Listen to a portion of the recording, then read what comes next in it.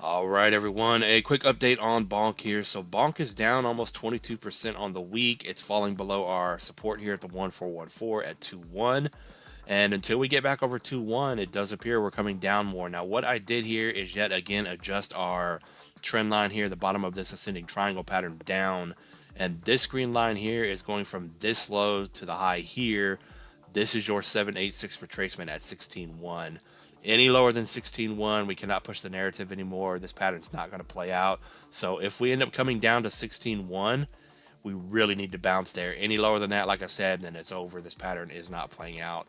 But due to the fact that we had to bring it down so far, it does give us more time to get in on BONK if this is going to hold up here. So the whole market's breaking down and bleeding out. So we'll see what happens on BONK. So maybe we get a move like this to where we start bouncing back around, back to the upside here. And as you can see here, it gives us more time to get in.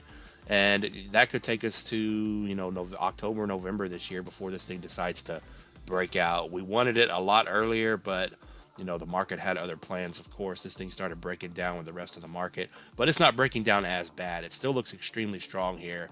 But what we're doing here is just simply watching our last support here. So 16.1 is it on BONK here. We really have to hold that to keep this pattern alive. And then other than that, if we stay alive in this pattern, what we're looking for out of this bullish pattern is a very strong move up. Let me move this down to where we are now. And you can see that the next price, once we break over the 1618 at 4.2 over our red resistance box, is the 2272 at 3.8 for a $24 billion market cap. And then you are looking at, from today, pretty much about a 19x on your investment here, a little over an 18x. So not bad for BONK for a move out of here. And it may be more bullish than we think if this is going to hold up down here at 16.1 and we continue going sideways in this pattern. That could be, really good for BONK here to finally, after all of this time on these weekly candles here, to finally get that breakout to the upside. That may be where she tops out at up here once we finally break this pattern here.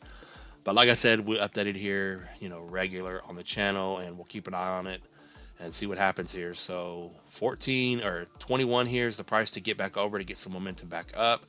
Good step in the right direction, and 16.1 is your big price to hold, your must-hold price on BONK here. With that being said, none of this is financial advice. Thanks for watching, and I'll see you in the next one. Peace out.